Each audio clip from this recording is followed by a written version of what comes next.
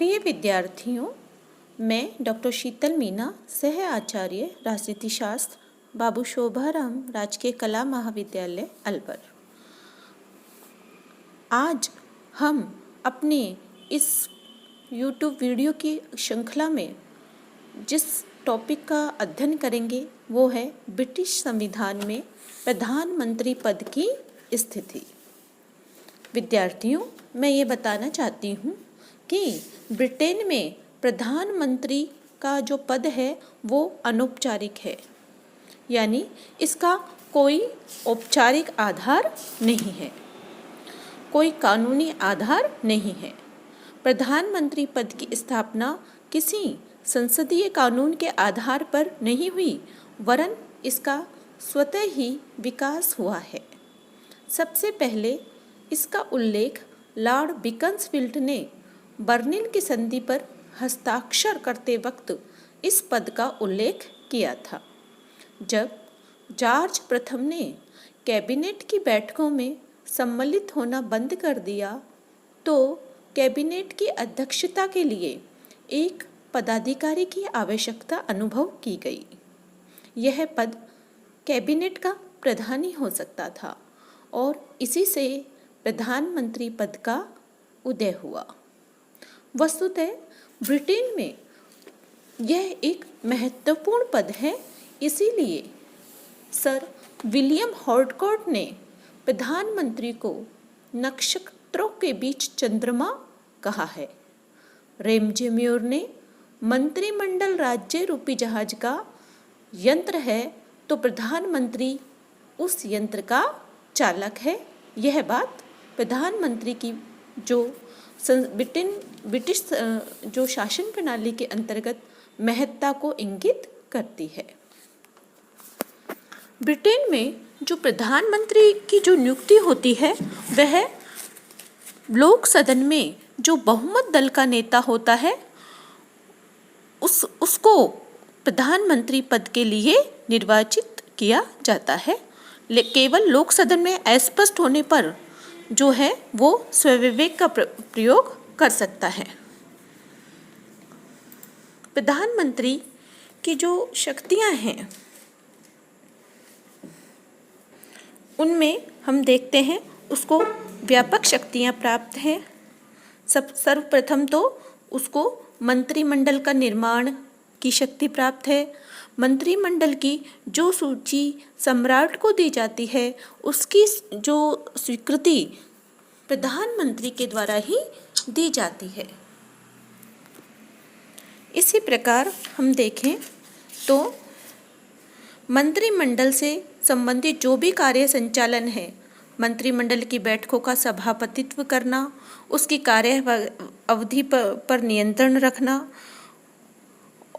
व्यवहारतः प्रत्येक मंत्री किसी मुख्य प्रस्ताव को प्रस्तुत करने से पूर्व प्रधानमंत्री की राय अवश्य ही लेता है और यह बात उसे मंत्रिमंडल का पथ प्रदर्शक बना देती है। विद्यार्थियों, ब्रिटिश जो प्रधानमंत्री है वह बहुत मंत्रिमंडल के संदर्भ में व्यापक शक्तियों का प्रयोग करता है। मंत्रिमंडल के निर्माण तथा नीति निर्धारण में प्रधानमंत्री का सर्वोपरि हाथ रहता है।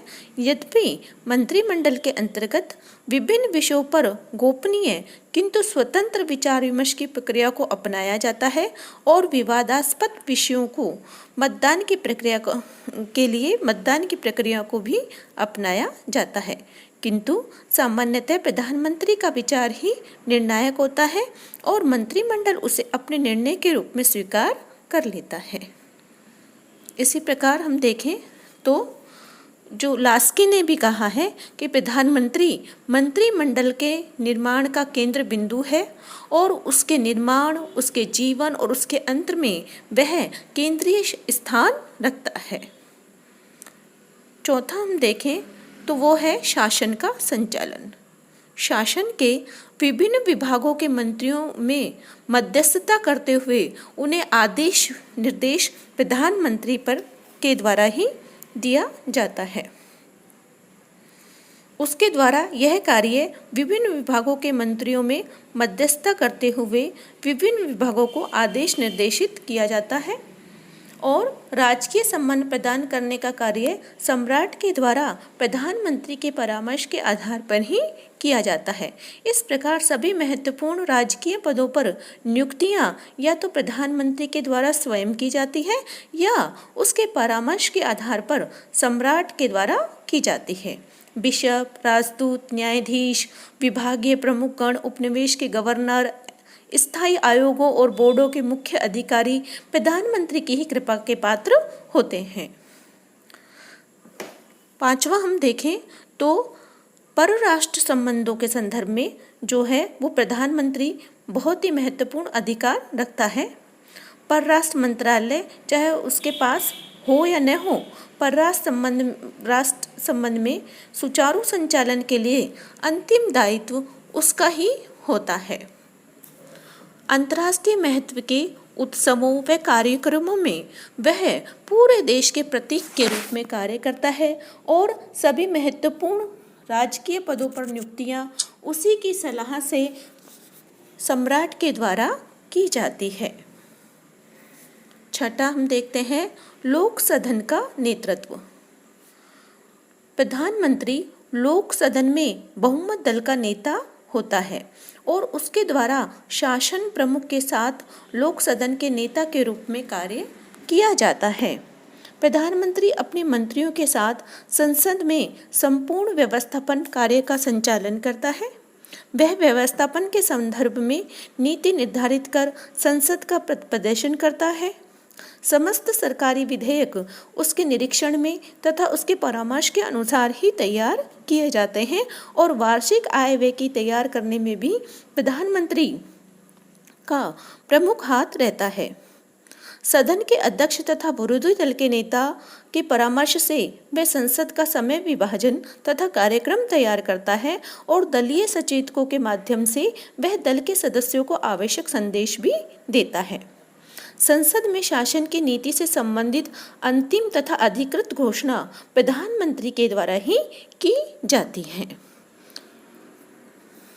इसी प्रकार हम देखें जो सातवां पॉइंट है वो देखते हैं हम प्रधानमंत्री जो है वह मंत्रिमंडल और सम्राट के मध्य कड़ी का काम करता है।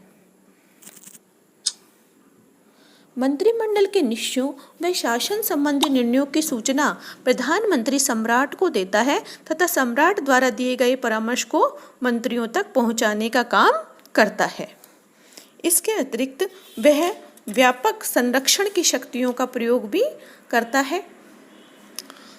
सभी महत्वपूर्ण पदों की नियुक्तियां प्रधानमंत्री के द्वारा की जाती हैं तथा उपाधियों और सम्मानों का वह जो है उसके परामर्श के आधार पर ही जो है वो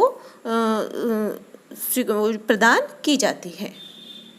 इस नवा पॉइंट हम देखते हैं कि आपातकालीन स्थिति में भी प्रधानमंत्री की भूमिका जो है वो संविधान में स्पष्ट नहीं है, किंतु प्राय व्यवहार में प्रधानमंत्री के दायित्व और शक्तियों में आपातकाल में वृद्धि हो जाती है। प्रथम व द्वितीय विश्व युद्ध में सर लॉर्ड जॉर्ज और चर्चिल ने अभूतपूर्व शक्तियों का प्रयोग किया। लॉर्ड मार्ले का कथन है कि प्रधानमंत्री जो है वो मंत्रिमंडलीय तानाशाही इतनी लचीली होती है कि राष्ट्रीय आपातकाल में प्रधानमंत्री तानाशाह बन सकता है। इस आधार पर जो है उसकी जो व्यापक शक्तियों को देखते हुए अनेक लोग उसे तानाशाह का रूप दे देते हैं। और जो सामान्य निर्वाचन प्रणाली जो है वो प्रधानमंत्री की ही निर्वाचन प्रणाली होती है। और 1900 जैसे हम देखते हैं कि जेनिंग्स ने भी कहा है कि सामान्य निर्वाचन प्रणाली का ही निर्वाचन है। ढुलमुल मतदाता जो चुनाव परिणाम निश्चित करते हैं वे न तो किसी दल को समर्थन, ये सही नहीं हो रहा है।